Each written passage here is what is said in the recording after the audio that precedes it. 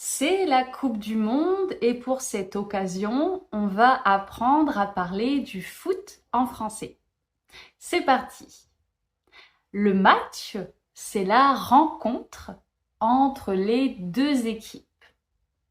La mi-temps, c'est la période qui correspond à la moitié du match, donc 45 minutes en général. Le score, c'est le nombre de buts marqués par chaque équipe. La victoire, c'est le résultat d'une équipe qui gagne.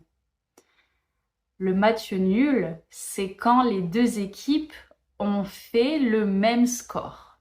Et la défaite, c'est lorsqu'une équipe perd. C'est le contraire de la victoire. Un joueur ou une joueuse au féminin, c'est une personne qui joue pendant le match.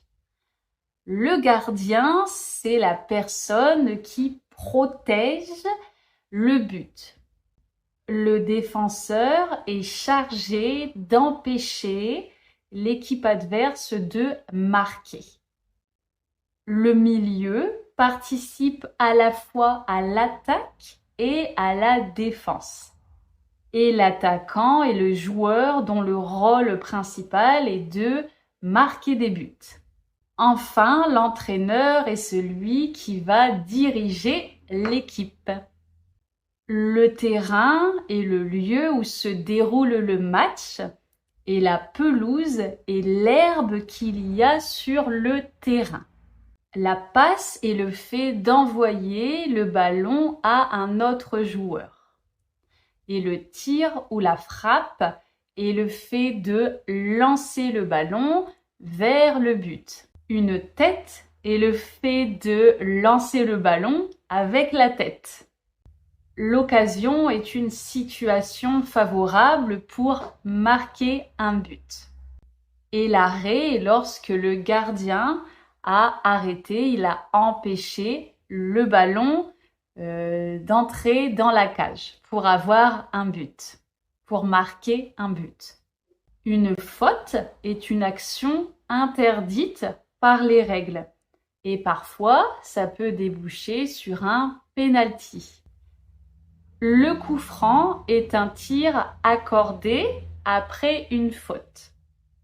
Parfois, quand il y a faute, on peut recevoir un carton jaune ou un carton rouge qui est plus grave. Et maintenant, quelques verbes. Donc, on a marqué un but ou encaisser. Encaisser un but, c'est le contraire, c'est quand on reçoit le but. Donc, c'est jamais agréable pour l'équipe qui encaisse le but. Tirer, c'est envoyer le ballon. Et passer ou faire une passe, c'est donner, envoyer le ballon à un coéquipier. Défendre, c'est empêcher l'adversaire d'attaquer ou de progresser. Et attaquer, c'est le contraire, c'est essayer de créer des actions et de marquer. Et égaliser, c'est avoir le même score. Par exemple, quand on a 2-2, on a égalisé. Et voilà. Alors, quelle équipe vas-tu supporter pour cette Coupe du Monde? J'espère que tu vas passer une bonne journée. Je te souhaite une très bonne journée, que le meilleur gagne, surtout la France. Et à très bientôt!